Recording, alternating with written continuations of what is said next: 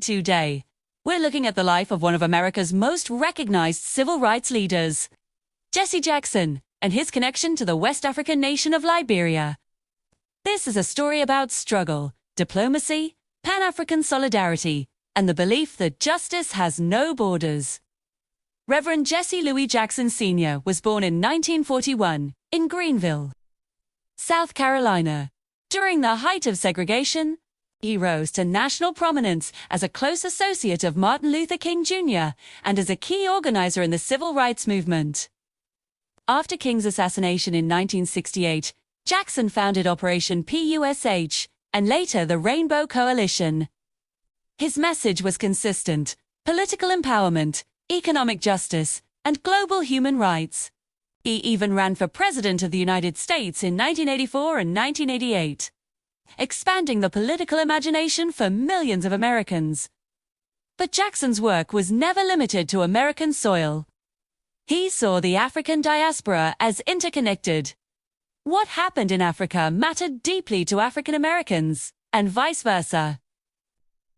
To understand Jackson's visit to Liberia, you have to understand Liberia itself, founded in the 19th century by formerly enslaved African Americans. Liberia represents a complex and emotional chapter in Black history. Its capital, Monrovia, was named after U.S. President James Monroe. The country's constitution, flag, and political structure reflect American influence. By the late 20th century, Liberia was in crisis. Civil war had erupted, leading to devastating violence, displacement, and instability. During the turbulent years of Liberia's civil conflict, Jesse Jackson traveled to the country as part of broader diplomatic and humanitarian engagement efforts. His involvement was consistent with his long-standing pattern of what many called citizen diplomacy, JETS. Jackson had previously negotiated the release of American hostages abroad and intervened in international conflicts. In Liberia, his presence signaled solidarity with civilians suffering under war conditions. He met with political figures, religious leaders, and community stakeholders.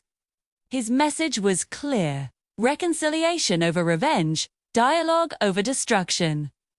Jackson emphasized three themes: peace through negotiation, urging warring factions to seek political solutions; human dignity, reminding leaders that civilians, especially women and children, were paying the highest price; and diaspora responsibility, calling on African Americans and the international community to remain engaged. 2. His visit also reinforced symbolic ties between African Americans and Liberia. For many Liberians, seeing a prominent U.S. civil rights leader walk their streets during conflict was a reminder that they were not forgotten. Did Jackson single-handedly end Liberia's conflict? No. The road to peace required regional negotiations, international intervention, and years of reconstruction.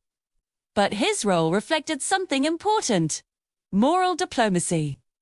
He operated not as a government official, but as a figure with global credibility rooted in the civil rights struggle. Liberia would eventually move toward peace agreements in the early 2000s. The country later elected Africa's first female president, Ellen Johnson Sirleaf, marking a historic transition. Jackson's engagement in Liberia reinforced a broader truth: the fight for justice in Birmingham, Chicago, Monrovia, or Johannesburg is part of the same moral conversation.